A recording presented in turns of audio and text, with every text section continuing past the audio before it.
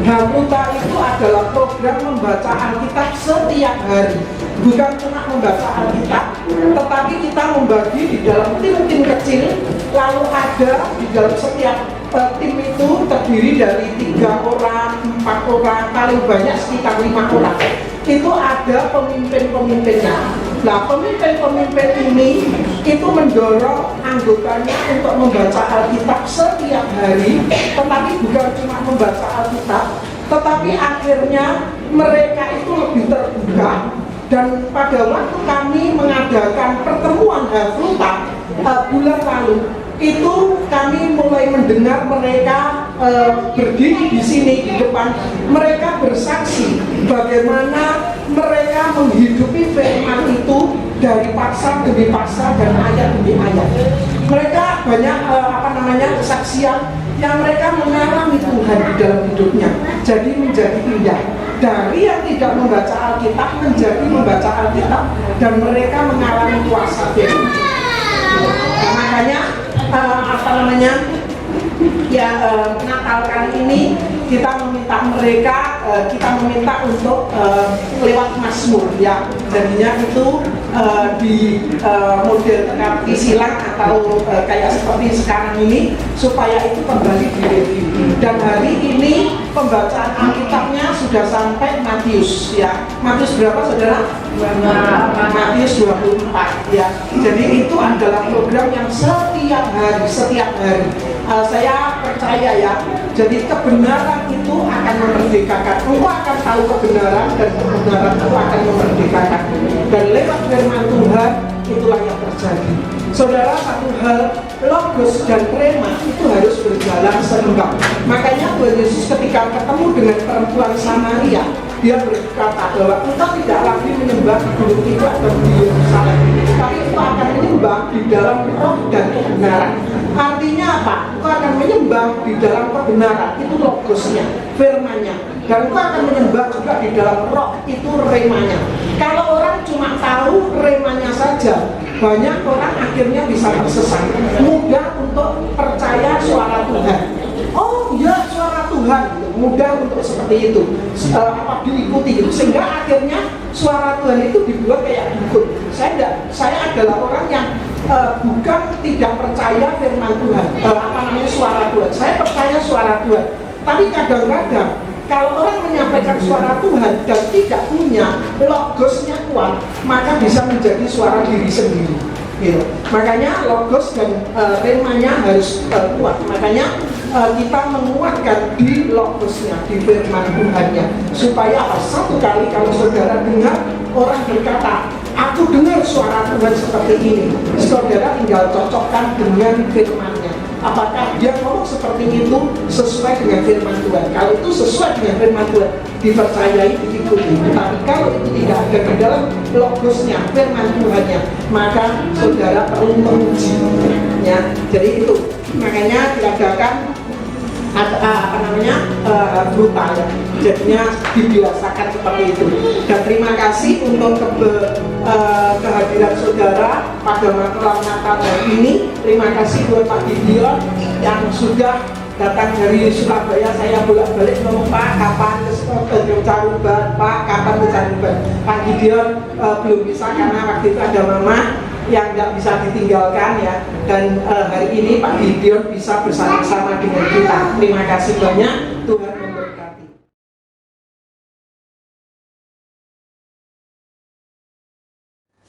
Baik, sama-sama kita doa. Tuhan Yesus, terima kasih buat malam ini, malam yang indah. Kami boleh bersekutu, kami bahkan merayakan Natal, merayakan kelahiran Tuhan dalam kehidupan kami di dunia ini. Sungguh kami bersuka cita. Mungkin ini bukan Natal yang pertama kali kami hadir, tapi tidak ada kurang-kurangnya rasa sukacita kami, Tuhan. Semakin kami boleh menyadari bahwa Tuhan hidup dalam kehidupan kami, semakin kami menyadari bahwa kami semakin cinta Engkau, semakin kami bangga sama Engkau. Tuhan, kepadamu lah Engkau satu-satunya pengharapan kami yang kuat, pengharapan kami yang teguh di saat yang lain tidak bisa diandalkan. Tapi Engkau Yesus yang tetap bisa kami andalkan. Setiap masalah boleh banyak, setiap kesulitan boleh selalu bermunculan, tapi dalam suka, dalam duka, asalkan Engkau seperti janji firman, Immanuel, Allah yang bersama dengan kami, maka kami tidak pernah takut dengan apapun juga. Tuhan, terima kasih Engkau boleh hadir dalam setiap kehidupan kami, menyertai kami bahkan sepanjang 2022 ini. Kami percaya 2022 kami disertai, 2023 pun kami tetap disertai. Tuhan, kami percaya mujizat-Mu tidak akan pernah berhenti mengalir dalam kehidupan kami. Kuasa mujizat-Mu nyata dalam kehidupan kami. Termasuk sore malam hari ini Tuhan, yang sakit Kau sembuhkan dalam nama Yesus, sehingga kami boleh merayakan sukacita ini dengan penuh. Yang saat ini susah Kau hiburkan, penuh dengan sukacita dari surga, sama seperti ketika malaikat pertama kali mengabarkan berita Natal bahwa janganlah takut. Hari ini kami datang dengan setiap ketakutan kami, setiap kekuatan kami, Kau bebaskan dengan sukacita itu Tuhan, sehingga damai, sejahtera, sukacita surga memenuhi hati dan pikiran kami, penuh dengan sukacita Roh Kudus-Mu ya Tuhan. Saat ini kami mengalami jalan buntu, kami percaya selalu ada jalan keluar dalam nama Yesus. Kau memberkati Tuhan ibadah ini dari awal sampai akhir, berbicara pada setiap kami masing-masing, kami siap untuk mendengarkan, dan urapi lidah bibir hamba-Mu, setiap kata, setiap kalimat akan menjadi berkat, mengerjakan mujizat. Tuhan, terima kasih. Kami naikkan syukur kami dalam satu nama, di dalam nama Tuhan kami Yesus Kristus. Haleluya. Sama-sama katakan amin. Sukacita buat Tuhan, tepuk tangan. Haleluya. Shalom. Berapa tahun ya saya nggak ketemu di sini? 4 tahun mungkin. Saya lihat ada yang tetap awet, itu awet muda, ya kan? Awet cantiknya. Ini termasuk Bapak ini, sepatunya sama-sama merah, ya kan? Luar biasa ya kan, masih kelihatan seperti muda kan Bapak ini, ya kan? Ya. Saudara, selamat Natal, selamat menjelang tahun 2023 saya ucapkan. Biarlah sukacita itu terus ada dalam setiap kehidupan kita, ya. Ada susah-susahnya, tapi toh Tuhan mengimbangi dengan sukacita, ya kan? Gak dibiarkan saudara itu duka cita terus menerus, gak dibiarkan air mata itu mengalir terus menerus. Nah saudara, hari ini saya mau bicara tentang, ketika saya ditanya oleh Ibu Tabita temanya apa, saya kasih New Life Loading. Bukan maksud saya itu sok Inggris, bukan. Mungkin ada yang nggak tahu itu artinya apa gitu ya. Makannya jus kok pecel, ya kan? Bukan steak. Jadi bahasa Inggris apa itu gak ngerti saya. New Life Loading itu maksudnya kehidupan yang baru. Itu loading itu kalau di komputer itu lagi proses gitu loh. Lemot. Bukan lemot, lagi on the way. Nah, itu on the way, ngerti ya Bu ya? Ngerti on the way, gak ngerti? Perjalanan. Nah, jadi kehidupan yang baru sedang berjalan. Nah, itu loh maksudnya ya. Saya terjemahkan dengan bahasa Indonesia.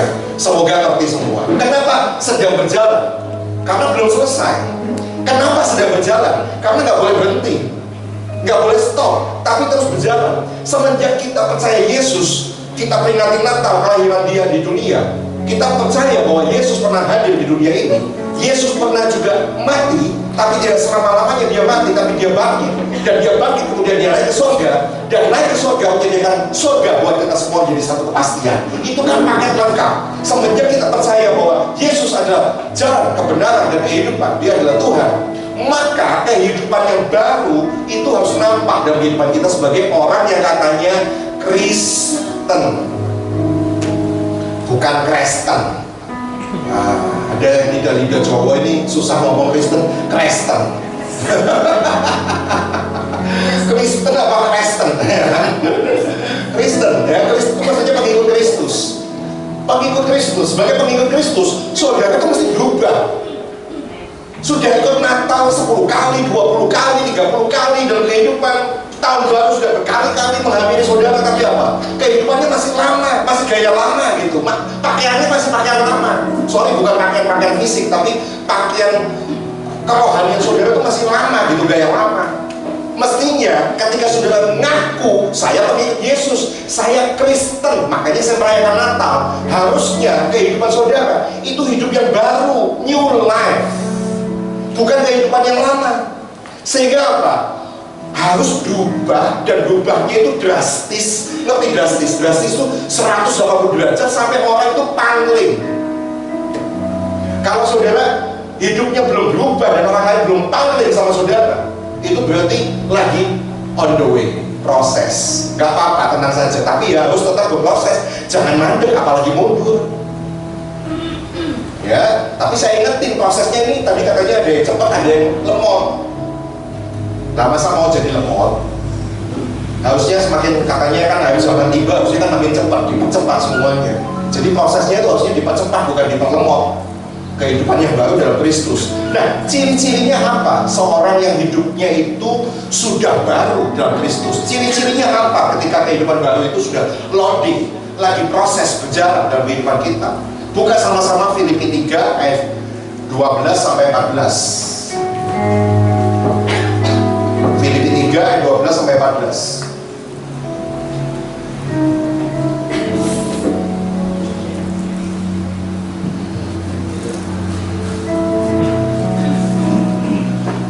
Sudah ketemu?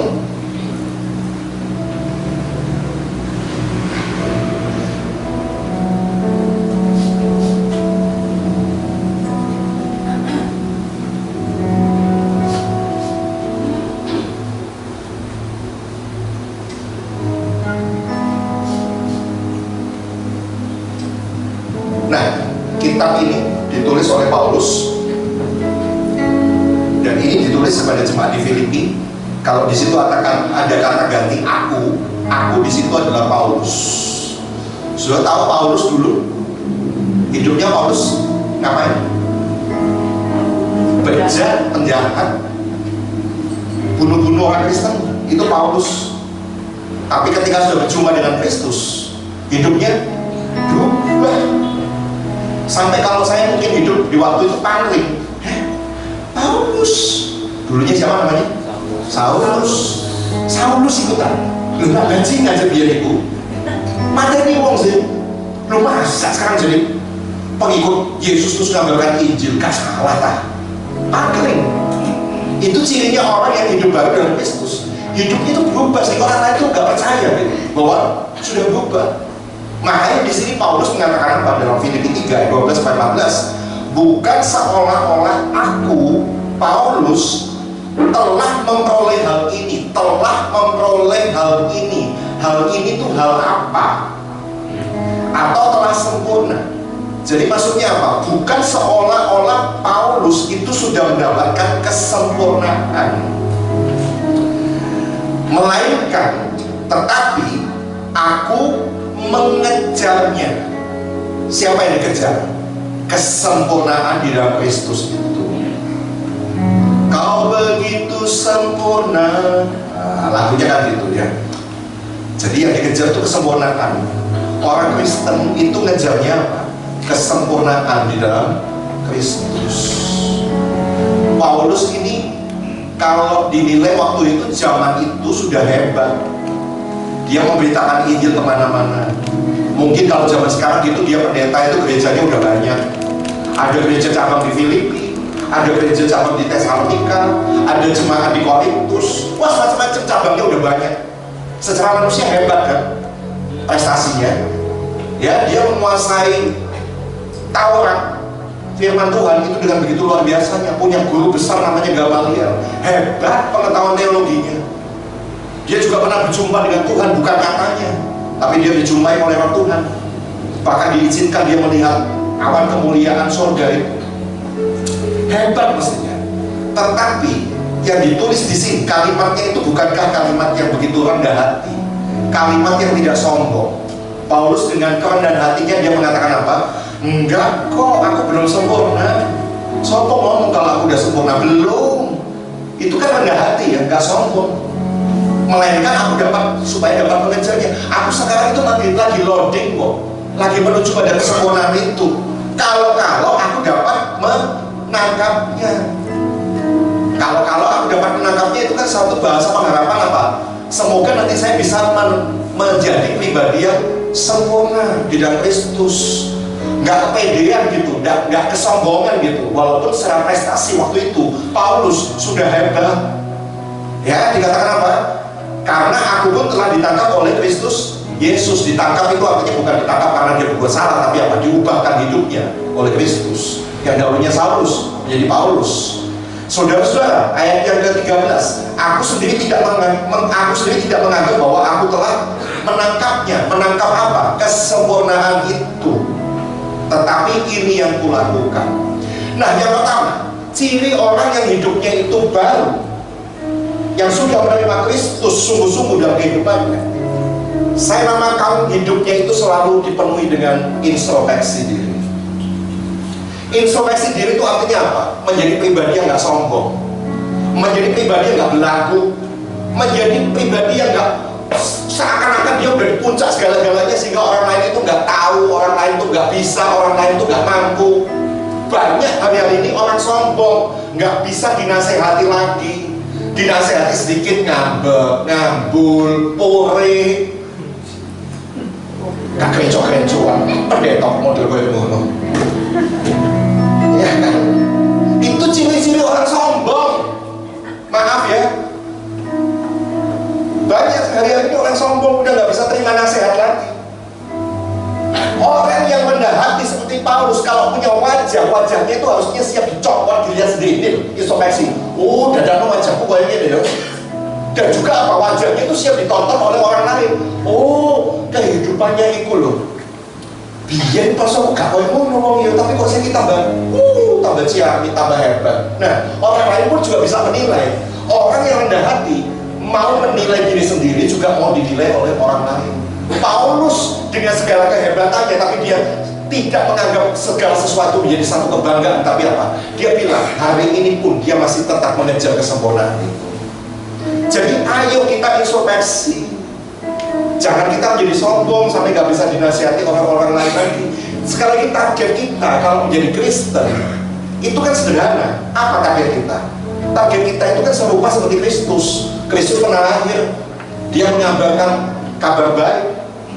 Bukankah semua ajaran-ajaran Kristus, firman yang dia sampaikan harusnya kita lakukan? Targetnya itu kita tuh beda tipis sama Tuhan Yesus, beda sedikit kalau nggak ngerti Betty. Kita ini kan targetnya kalau bisa itu kan beda sedikit sama Tuhan Yesus. Yesus itu sedikit-sedikit berdoa, kalau kita sedikit berdoa. Ya kan? Kok ketawa?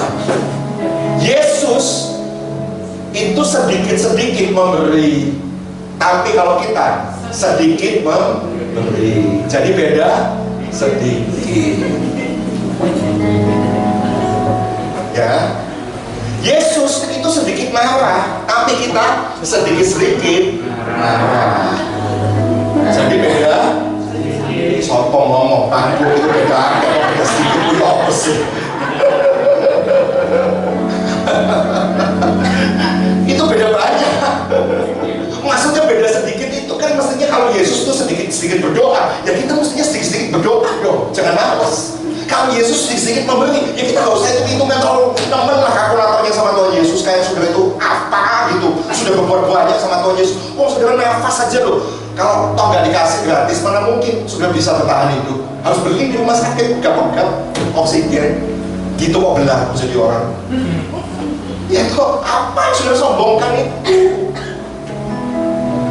Ya sekali lagi maaf ya, kalau Yesus tuh sedikit-sedikit berdoa, ya kita mesti juga jangan malas dong. Doa itu sanggup mengubahkan segala sesuatu. Jangan dipikir kemudian kita tuh bisa melakukan semuanya tanpa doa. Ya kita juga harus sedikit-sedikit berdoa, minta tuntunan hikmat Tuhan. Kan kayak gitu. Opo, Miki, pede, persekutuan terakhir kita terang otak. Kalau aku, dan dia apa? Oh, pede ini, punya wes pasti. Ada yang sombong-sombongnya kayak gitu. Keluarga aku, kalau aku, sudah jawab. Yang disombongkan itu aku dan aku. Itu orang kayak gitu tuh hidupnya belum baru, masih lawas. Sorry ya, lawas, gaya lawas. Kalau keakuan itu masih ada, lawas.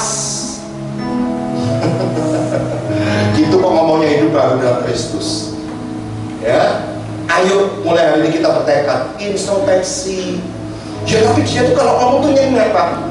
Soal nyengat nggak nyengat itu kan tergantung cara bicaranya, menasihati. Kita kan tahu lama-lama akhirnya kan kalau kita satu gini nanti yang protes Kalau saudara itu semakin hari nggak semakin serupa seperti Kristus, nanti yang protes itu bukan saya kok.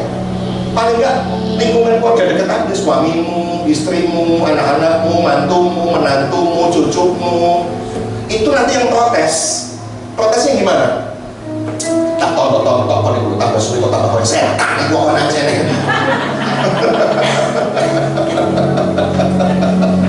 Nah itu udah protes, bengok itu orang saudara. Karena apa? Saudara itu udah jauh, udah nggak kayak Yesus, udah jauh, nggak kayak dulu. Ayo kembali, ya saudara. Kita tuh targetnya seperti itulah, serupa seperti Kristus. Ya, orang itu kalau menasihati dengan kasih, itu kita rasa kok. Beda sama haters, tahu nggak haters? Pembenci, pemfitnah. Ya kalau pembenci, pemfitnah ya nggak usah diladeni. Bukan saudara sombong, bukan. Tapi saudara ngapain gitu? Ngeladeni pemfitnah, pembenci, haters. Energimu habis sendiri nanti buat apa? Ya nanti saya jelasin lah soal haters. Ya. Sekarang sosial media ini banyak. Orang selain punya banyak follower, juga banyak haters. Tapi yang namanya haters ya nggak usah direken.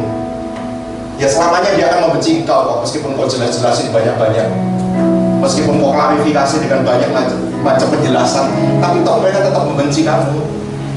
Jadi ya nggak usah terlalu direken lah. Tapi kalau dalam satu keluarga ini, dalam satu komunitas PD ini, yang ada itu kan bukan cuma kumpul-kumpul kayak begini, tapi apa? Saling menasihati, saling menegur satu dengan yang lain dengan kasih. Mereka tuh menegur dengan kasih supaya apa? Saudara itu nggak belok. Mereka itu mengasihi, gitu. Berbahagialah kalau ditegur, gitu ya. Supaya apa? Target kita selanjutnya targetnya apa? Semakin hari semakin seperti Yesus.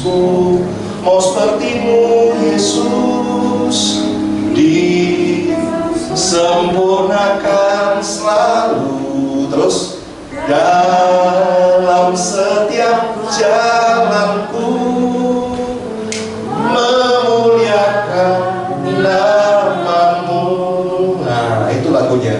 Bagaikan bejana siap dibentuk. Terus berikan hidupku di tanganmu. Terus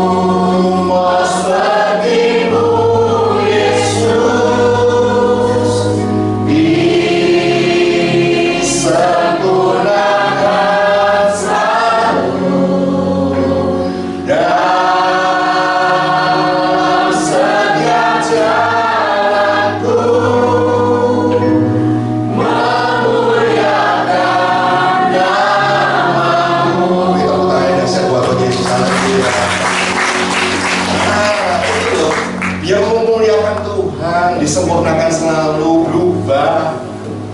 Ya, bilang sama sebelahnya berubah. Jangan sombong terus ya. Bukannya lu yang sombong, lu juga gitu ya kan. Ya nggak usah tuding-tudingan. Ya kan, introspeksi itu selain duding orang juga harus duding. Duding begini itu kan pakai hati kita. Ya.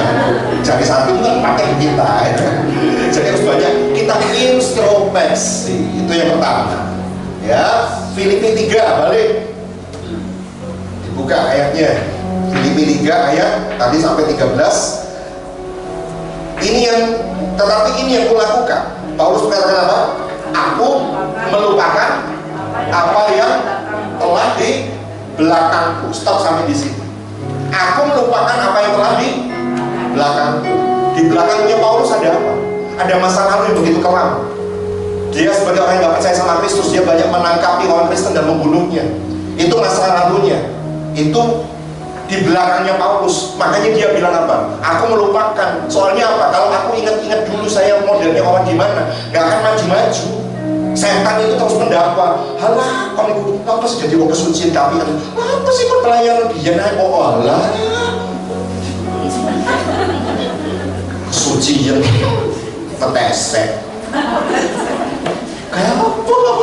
Eleng ngomong dia. Halah, bukan ikon ibu selingkuh tuh. Halah, kok pelayanan gereja gak lapor? Ya, halah, kok dia utang tuh mempelak gak bayar? Tapi ayat ini gak berlaku buat utang. Aku melupakan apa yang di belakangku, utang maksudnya kan?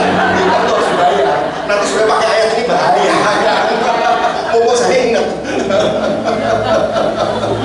Aku melupakan apa yang telah di belakangku, bukan termasuk pinjol. Pinjol kudu dibayar.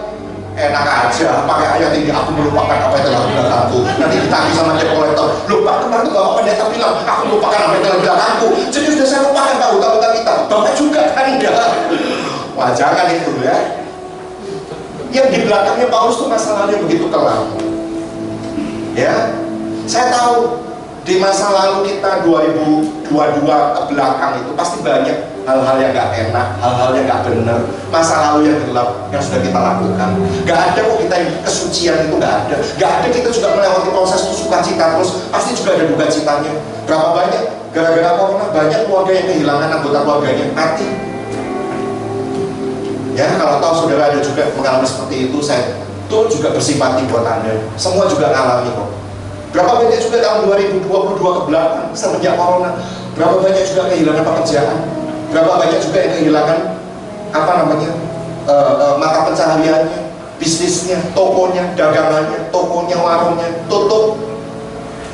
Berapa banyak itu kan kenangan masa lalu di belakang kita. Makanya Paulus mengatakan apa? Kalau kamu hidupnya sudah baru, nggak usah lagi ingat-ingat yang lalu-lalu. Kalau itu menghambat kita untuk maju ke depan. Alias apa? Saya terjemahkan kalau yang pertama tadi introspeksi, yang kedua ini move on. Gak ngerti lagi. Apa terjemahnya move on? Hah? Apa? Move on itu apa? Ayo terjemahkan. Apa move on? Kalau terjemahkan ini ada bapak-bapak, ibu-ibu yang ngerti apa? Move on itu apa? Jalan terus terus apa lagi move on? Maju terus terus apa lagi move on? Apa? Gerak terus terus apa lagi move on? Ya segitulah Pak pokoknya intinya ya kan. Move on tuh pokoknya pandang ke depan, nggak usah pandang ke belakang. Ya legowo dengan yang sudah masa lalu. Yang lalu ya sudah lalu. Saya tahu kok banyak kesedihan. Saya juga mengalami kesedihan, tapi saya move on, cepat move on saya ini. Karena saya ngikutin apa yang Paulus katakan, aku melupakan apa yang telah di belakangku. Kalau itu sesuatu yang negatif, buat apa diiling-iling terus itu?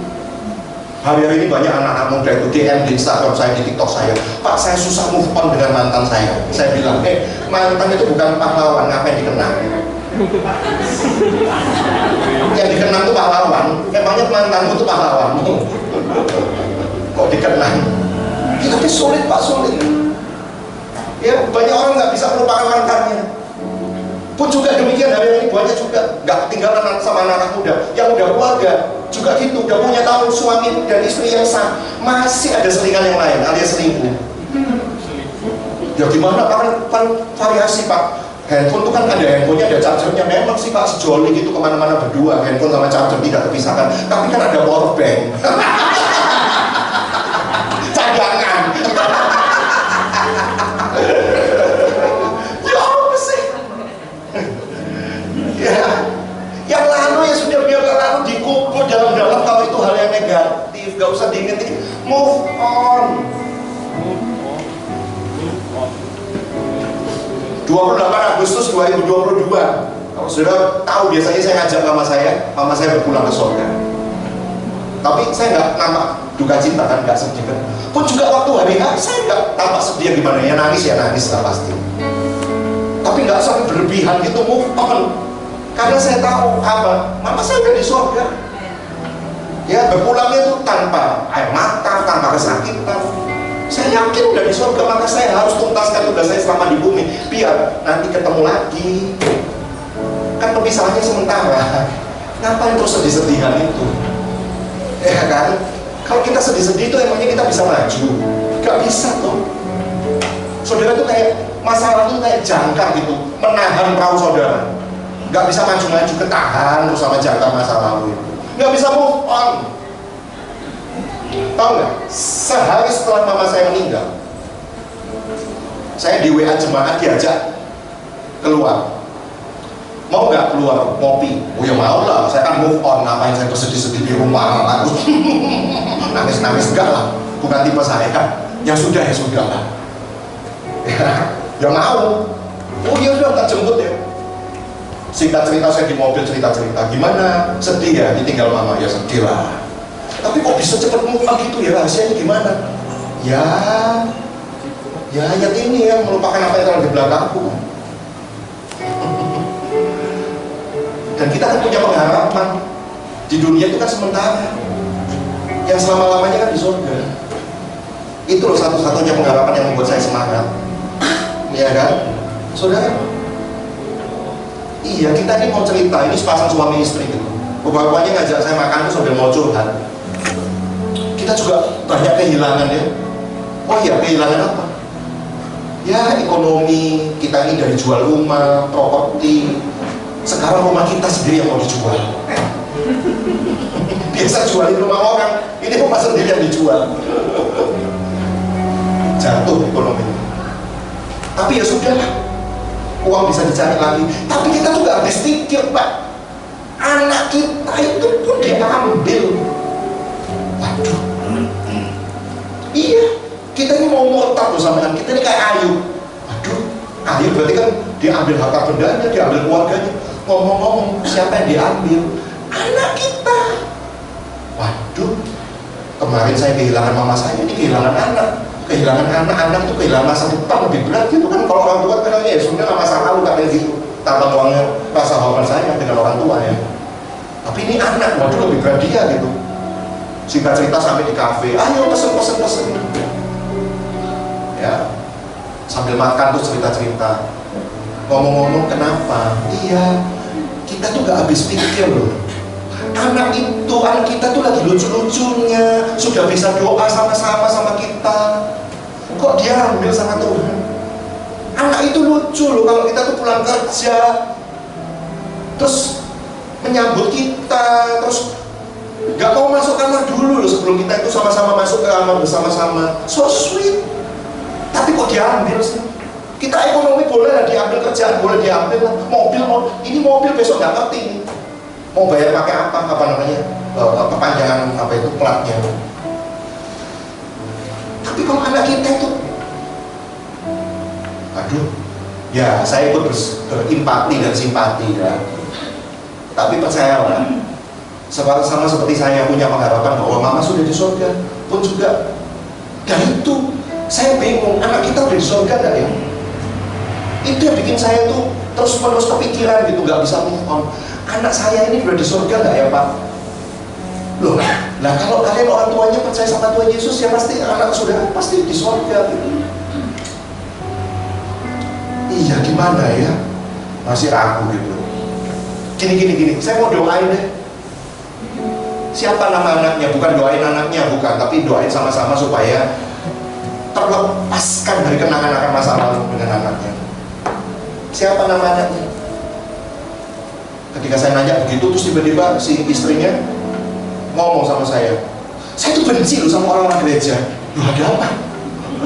Saya tuh benci loh sama ini apa namanya, jemaat-jemaat itu di gereja. Loh kenapa emang? Iya kalau kita ini konseling kayak gini, kita tuh dihakimi.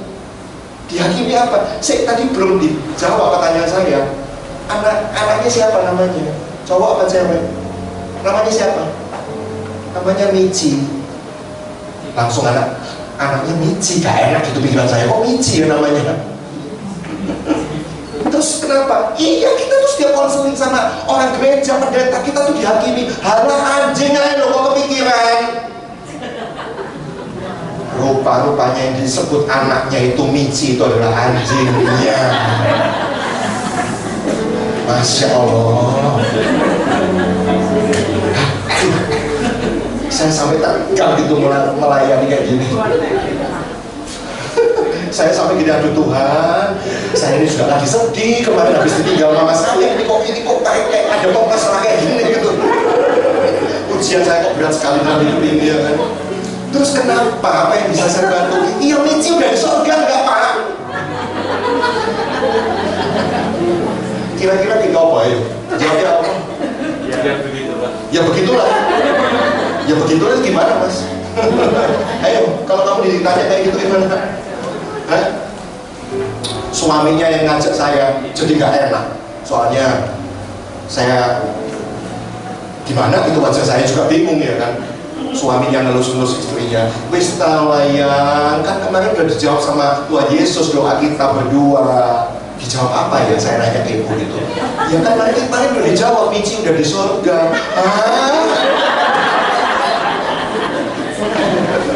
Jawaban doa dari mana?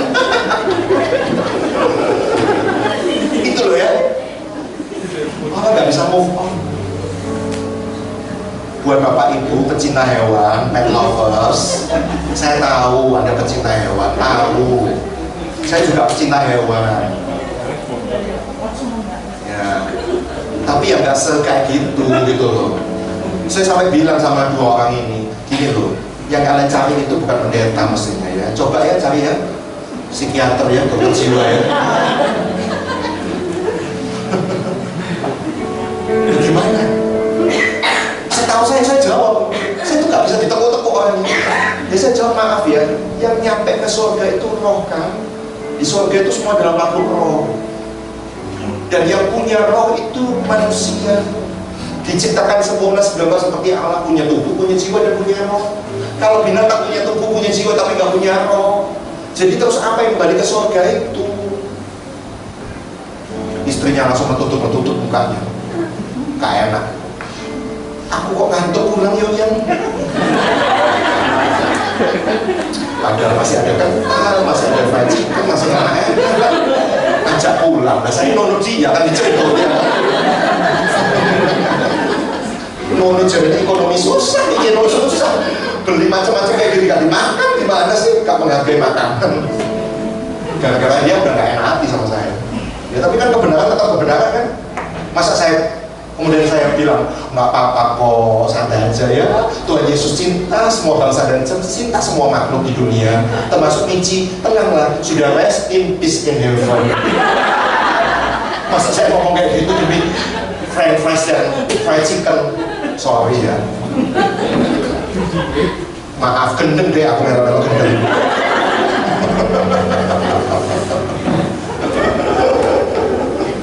Ya, move on. Ngerti gak sih? Udah saya jelaskan kayak gitu. Tambatan-tambatan masa lalu tuh move on. Termasuk kepahitan-kepahitan. Mosok loh. Dosa musuhmu udah 10 tahun, 20 tahun ya namanya eling, tapi maksudnya jangan sampai greget-greget gitu loh. Kok emosinya tuh masih greget-greget gitu. Itu nanti ketemu di jalan gitu, balik kanan belak gitu, jadi gak enak-enakan gitu kalau ketemu di jalan. Masa ya enak hidup kayak gitu itu nggak bisa move on.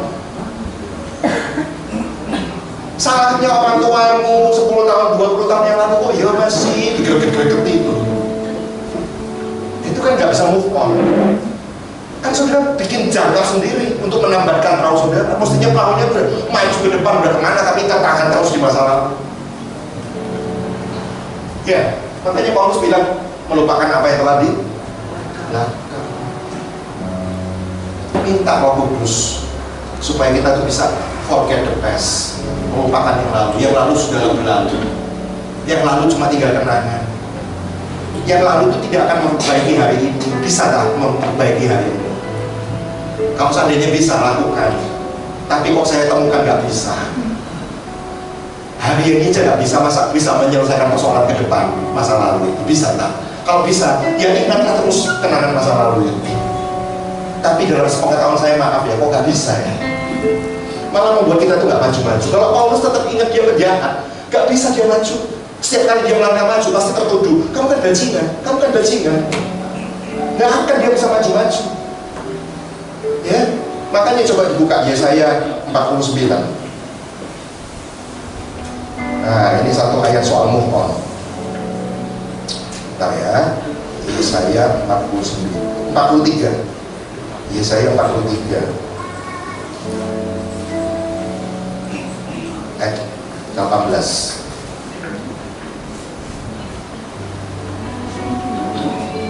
Sudah ketemu?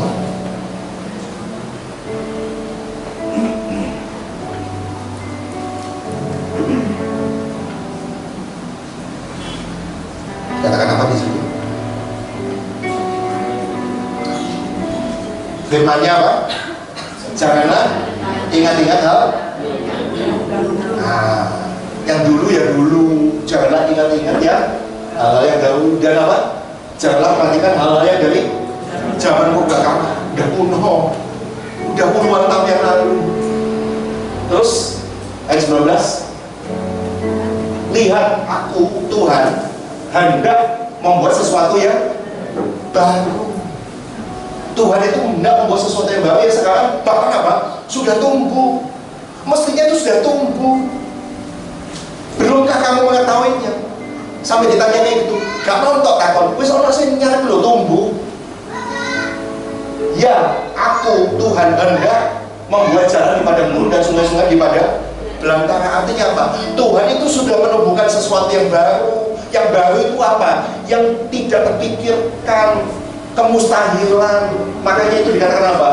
Jalan di padang gurun, sungai-sungai di padang belantara. Itu kan sesuatu yang mustahil. Tapi yang mustahil bagi Tuhan, toh dia kerjakan bagimu sesuatu yang baru. Makanya jangan ingat lagi yang lalu. Gara-gara saudara tuh melihat yang lalu terus, yang mana bisa kelihatan yang tumbuh yang baru itu. Nanti saudara teriak-teriak, oh Tuhan nggak tolong, Tuhan nggak tolong. Tuhan sudah tolong, tapi kamu itu masih berpaling ke yang lalu-lalu. Ayo coba balik ke depan, lihat ke depan. Makanya Paulus katakan lanjut ayatnya, Filipi 3 tadi ayat 13. Kembali. Ayat 13 bagian B, aku melupakan apa yang telah di belakangku dan apa? Mengarahkan diri kepada apa yang di hadapanku. Mengarahkan diri kepada apa yang di hadapanku. Melupakan yang di belakang dan mengarahkan diri kepada apa yang di hadapanku. Di hadapannya Paulus apa? Satu panggilan surgawi untuk dia melayani.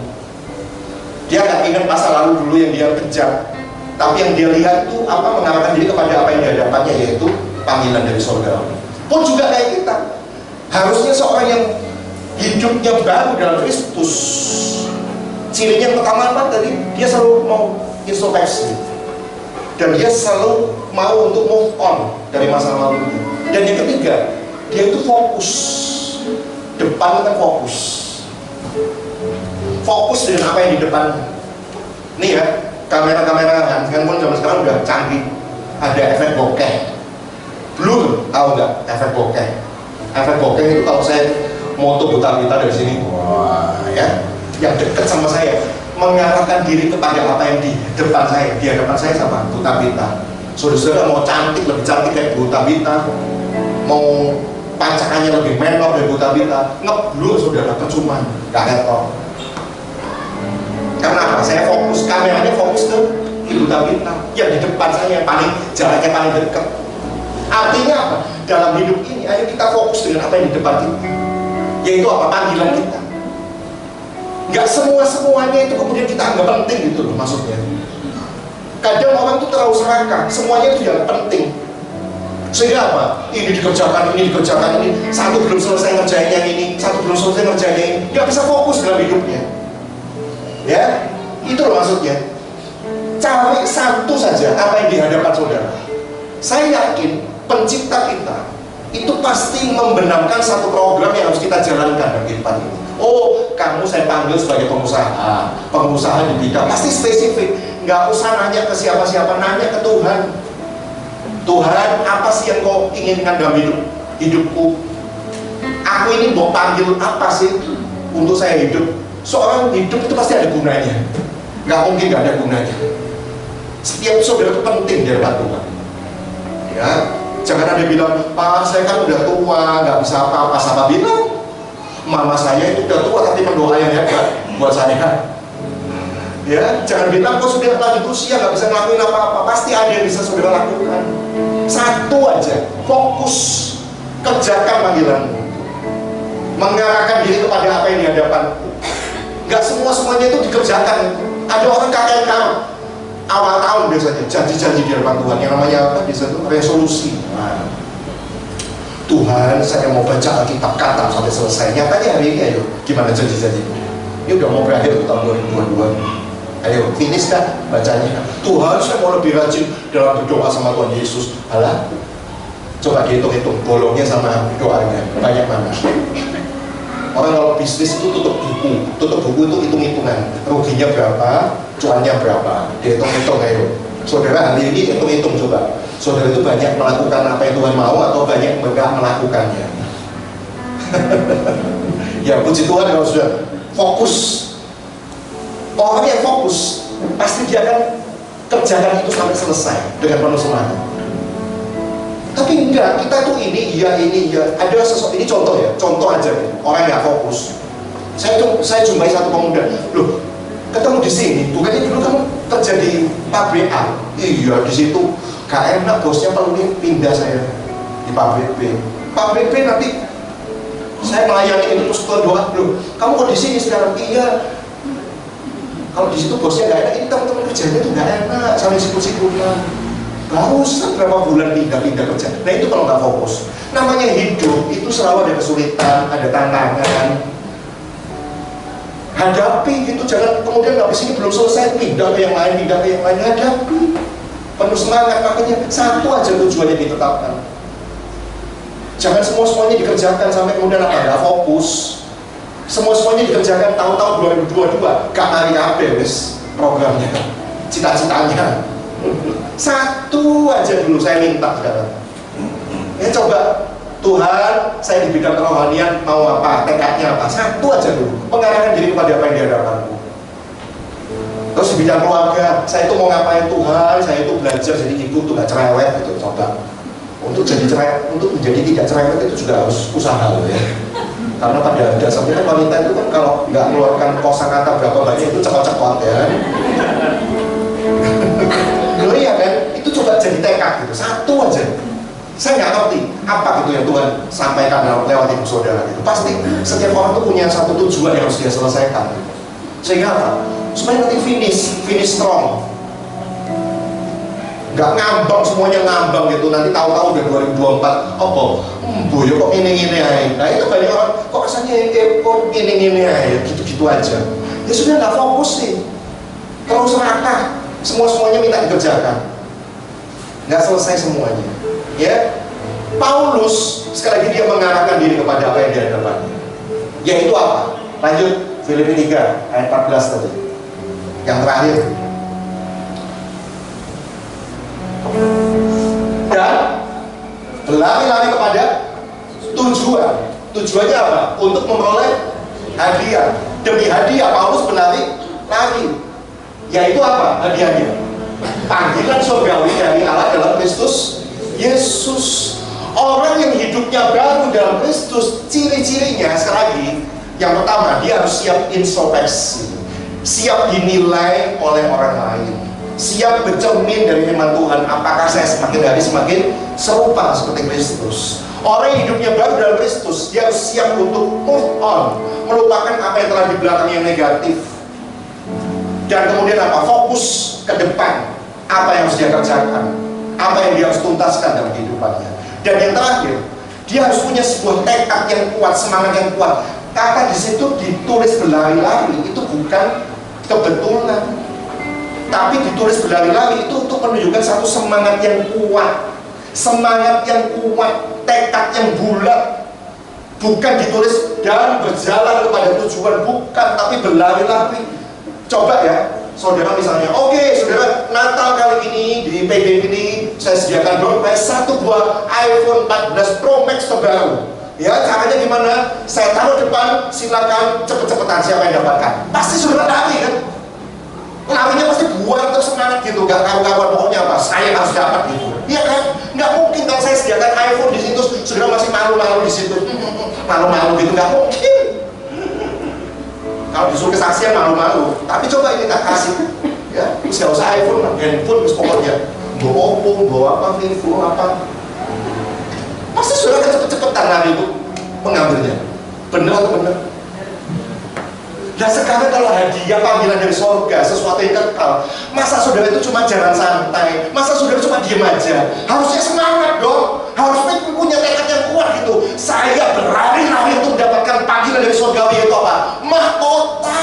Itu upah buat kita semua. Saya hari ini semangat melayani Tuhan karena apa? Saya tahu akhir dari semuanya, saya berlari untuk sebuah mahkota di surga, dan itu kekal, tidak bisa digugat dan tidak bisa diubah. Diubahnya selama saya di bumi. Saya bekerja, mengerjakan keselamatan yang sudah Tuhan berikan gratis dalam kehidupan saya. Sebenarnya saya terima Tuhan Yesus yang dia lahir dari Natal ini. Kita peringati semuanya. Tapi bukankah keselamatan ini harus kita kerjakan untuk satu upah, yaitu apa? Mahkota. Makanya yang menjadi semangat buat saya untuk tetap giat, menyala-nyala, on fire. Kalau urusan Tuhan, saya itu nggak pernah hitung-hitungan. Saya selalu semangat, karena apa? Saya tahu saya itu dapat mahkota. Saya bukan dapat iPhone yang cuma sementara beberapa tahun, habis gitu rusak, habis itu nggak ngetren lagi, habis itu kuno. Tapi kalau mahkota, sesuatu yang abadi, kekal dan selama-lamanya, mulia, saya pasti akan semangat dan tidak sembrono, tidak segan-segan, tidak males-malesan, tapi saya akan semangat, punya tekad yang kuat. Ya, saya kan suka bilang, saya ini di bumi suka dibully gara-gara rambut saya semakin tipis. Rambut itu kan mahkota buat seseorang. Rambut itu mahkota, jadi selama ketika kita di bumi, di dunia. Tapi saya suka bilang, jadi penyemangat saya, oke, saya nanti satu saat di bumi akan polos dengan mahkota, tapi sampai di surga saya pakai mahkota. Giliran jangan sampai saya membuli saudara kesana di surga. Kamu polosan di surga. Saya udah giliran pakai mahkota, lu polosan. Ya, saya di bumi paling cuma berapa, 70, 80, 90 tahun, tapi selama di surga selama-lamanya. Jangan sampai saya bully saudara polosan, nggak pakai mahkota. Saya mau ngomong botak sih, cuma sungkan, biar polosan gitu ya. Ya saudara, ayo kita semangat gitu loh. Jangan dianggap rutinitas ibadah, saat teduh, doa, puasa itu kayak dianggap, ya namanya juga orang gereja, namanya orang Kristen yang melakukan kayak gini, tapi udah gak ada semangatnya, gak ada apinya gitu, biasa-biasa aja gitu. Kok bisa kayak gitu? Padahal untuk apa? Sesuatu yang mulia, sesuatu yang kekal. Pikirkan mulai dari sekarang. Ini serius, jangan main-main. Ini sesuatu yang mulia. Ya, maafkan kalau saya ngomong keras. Bukan saya membenci saudara, tapi saya mengasihi saudara. Ayo sama-sama, ya, kita memperingati Natal tahun ini beda sama tahun-tahun berikutnya yang masih lama-lama, kayak lama pakaiannya. Ya, hari ini kita mau rendah hati, kita tegur oleh firman Tuhan. Kita mau melupakan apa yang sudah di belakang kita. Ya, termasuk kesuksesan ya. Kesuksesan itu jangan diingat-ingat. Loh, gimana sih Pak kesuksesan kok nggak diingat-ingat? Kan bangga Pak. Justru banyak orang bangga dengan sukses di masa lalu, tapi hari ini nggak maju-maju. Yang diingat tuh dulu dan dulu. Apa itu lagu lama itu? Dulu segenggam apa itu? Nah itu kan lagunya dulu dan dulu. Kan? Saya pernah jumpa sama om-om itu waktu ibadah kayak gini, itu saya disalami. Nih, puji Tuhan ya, semangat ya melayani Tuhan masih muda. Dulu om itu waktu muda juga gitu semangat. Oh, bagi-bagi Injil, bagi Alkitab ke desa-desa. Ya semangat, pokoknya tiap hari pelayanan buat Tuhan. Oh ya bagus om, itu dulu. Nah sekarang om pelayanan apa? Sekarang om mau nanya gimana nih ayatnya Tuhan Yesus itu Tuhan. Kan gak ada ayatnya di Alkitab bilang dia itu Yesus adalah Tuhan. Dalam hatiku kok ngono ya. Dulu menyala-nyala buat Tuhan, sekarang kan dia mulai meragukan Tuhan kalau begitu. Kok pakai nanya ayatnya di mana di Alkitab yang katanya Yesus adalah Tuhan? Berarti dia mulai ragu dong sama Tuhan Yesus. Dulu hebat, sekarang gimana? Banyak orang bangga gitu dengan kesuksesan di masa lalu, tapi hari ini ya apa? Seperti itu hari ini gimana? Ya, banyak orang hari ini mundur sudah. Dan yang ketiga apa? Orang hidupnya baru dalam Kristus, dia fokus. Ayo berjalan satu dulu. Ya, tanya sama Tuhan, Tuhan apa yang harus saya lakukan? Dan tuntaskan panggilan apa yang di hadapanmu sampai selesai. Ya, maka Tuhan akan bangga sama kita semua. Dan yang keempat, yang terakhir, ayo kita punya sebuah tekad yang kuat untuk berlari-lari pada tujuan, yaitu apa? Panggilan dari surga.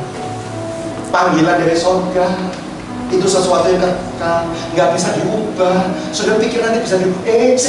Gaya taji ibu kita gede mahkota taji air, kan nggak bisa diubah. Sekarang itu penentuannya. Selama kita di bumi, memang surga itu jadi kepastian buat kita orang Kristen semuanya. Tapi di surga jangan lupa ada upah, yaitu mahkota. Itu yang membuat kita semangat semuanya. Makanya Paulus katakan memperoleh hadiah. Hadiah itu apa? Upah. Hadiah itu upah. Dan upah itu bicara soal mahkota.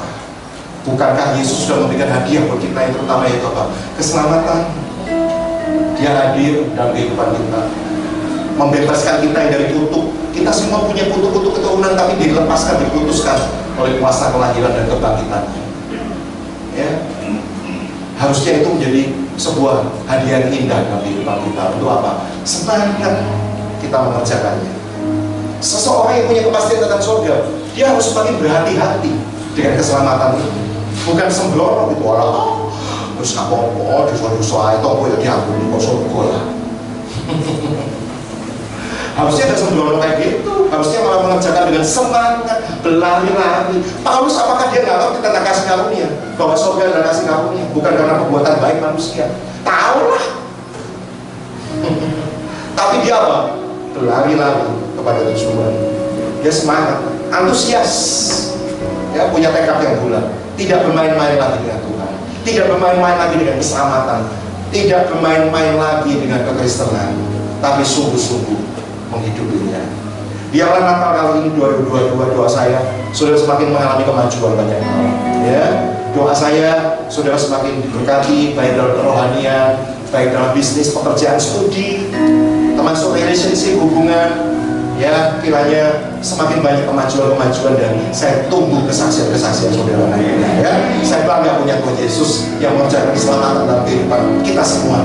Ya, diubahkan sampai kehidupan baru itu selalu tertanam proses dalam kehidupan kita. Bergerak terus maju. Kehidupan baru semakin disempurnakan, semakin disempurnakan. Yuk, sama-sama kita bangkit berdiri. Kita nyanyikan lagunya tadi. Ku mau sepertimu Yesus, disempurnakan selalu. Mau sepertimu Yesus,